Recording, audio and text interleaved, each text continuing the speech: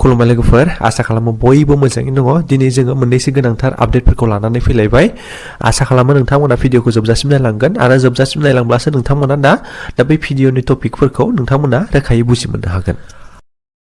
hello good morning गोबां मानसियानो माने कन्फ्यूज जाबाय थानायखाय आङो मोनसे खोथा क्लियारिफिकेशन होनो थाखाय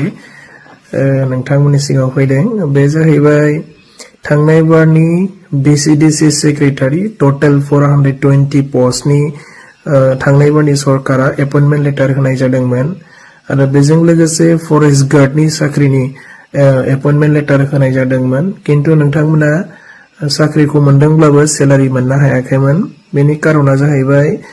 आसाम सरकारनि फाइनेंशियल एप्रुवेल बिथांमोना लायाखैमोन आरो बेजों लोगोसे SIU स्टाफ इन्सपेक्शन यूनिटआव बिथांमोना नोंथांमोननि पोस्टखौ साख्रिखौहाय एप्रुवेल लायाखैमोन बिथांमोना इलेक्शन खाथि होननानै जोबोद हाखु दाखु साख्रिखौ अपॉइंटमेंट लेटार राननायनि थाखाय बेबायदि जानो गोनां जाबाय दायो नोंथांमोननि पोस्टखौ लानानै BTC सरकारनि ल अफिसारा बेखौ मोनसे जाजमेन्ट इनक्वायरि खालामगासिनो दङ जुदि नोंथांमोननि साख्रिया सिस्टेमेटिक इंटरव्यू गवर्नमेंट नर्म्स बायदियै इंटरव्यू कन्डाक्ट खालामदोंबा बे साख्रिया इनटेक्ट थागोन आरो नोंथांमोना जोंनि सरकारनिफ्राय सैलारि मोननो हागोन किन्तु साख्रिया इलिगेल होननानै जुदि ल अफिसारा प्रूफ खोन्थायोबा बे साख्रिया टोटली माने टार्मिनेट जाजोबगोन आरो बिनि उनाव नोंथांमोना माने इलेक्शन जोबनायनि उनाव गोदान माने इंटरव्यूआव जिरायफिननांगोन कमप्लीटली मेरिट बेसिसआव माने बे साख्रिखौ माने लानो हागोन दायो जोंनि सरकारा गोदानै CSP बोर्ड सेंट्रल सिलेक्शन बोर्डखौ दाबाय बियो बारा गोबाव जायाखै दायो जोंनि सेंट्रल सिलेक्शन बोर्डआ जोंनि BTC आव टोटल 3rd ग्रेड आरो 4th ग्रेडआव बेसेबां पोस्ट दङ बेखौ नायनानै मटामटी दायो दासिमहालागै 1600 सो माने वेकेंट पोस्ट माने मोननो हादों बेखौ सिस्टेमेटिक खालामजोबखांनायनि उनाव प्रोसेसखौ कंप्लीट खालामजोबनायनि उनाव आफ्टर इलेक्शन माने एडभार्टाइज ओंखारगोन जायफोर माने एलिजिबल आरो इंटरेस्टेड माने कैंडिडेटफोर दङ नोंथांमोना साख्रिनि थाखाय इंटरव्यू माने नोंथांमोना इंटरव्यूआव एपियार जानो हागोन आरो बेखौ कमप्लीटली मेरिट बेसिसआव नोंथांमोना माने जोंनि BTC सरकारनि साख्रिखौ लानो हागोन आङो नोंथांमोना गोबां माने मोनथिनो लुबैनायखाय बेखिनि खोथाखौ नोंथांमोना दिनै क्लियारिफिकेशन होबाय thank you hello good morning गोबां मानसियानो माने कन्फ्यूज जाबाय थानायखाय आङो मोनसे खोथा क्लियारिफिकेशन होनो थाखाय नोंथांमोननि सिगाङाव फैदों बे जाहैबाय थांनाय बारनि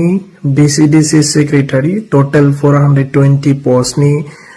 थांनाय बारनि सरकारा अपॉइंटमेंट लेटार होनाय जादोंमोन आरो बेजों लोगोसे फरेस्ट गार्डनि साख्रिनि अपॉइंटमेंट लेटार होनाय जादोंमोन किन्तु नोंथांमोना साख्रिखौ मोनदोंब्लाबो सैलारि मोननो हायाखैमोन बेनि कारना जाहैबाय आसाम सरकारनि फाइनेंशियल एप्रुवेल बिथांमोना लायाखैमोन आरो बेजों लोगोसे SIU स्टाफ इन्सपेक्शन यूनिटआव बिथांमोना नोंथांमोननि पोस्टखौ साख्रिखौहाय एप्रुवेल लायाखैमोन बिथांमोना इलेक्शन खाथि होननानै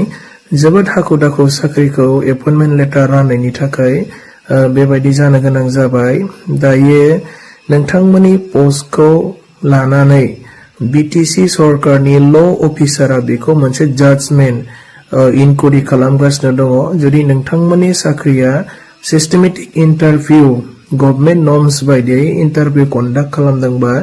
बे साख्रिया इनटेक्ट थागोन आरो नोंथांमोना जोंनि सरकारनिफ्राय सैलारि मोननो हागोन किन्तु साख्रिया इलिगेल होननानै जुदि ल अफिसारा प्रूफ खोन्थायोबा बे साख्रिया टोटली माने टार्मिनेट जाजोबगोन आरो बिनि उनाव नोंथांमोना माने इलेक्शन जोबनायनि उनाव गोदान माने इंटरव्यूआव जिरायफिननांगोन कमप्लीटली मेरिट बेसिसआव माने बे साख्रिखौ माने लानो हागोन दायो जोंनि सरकारा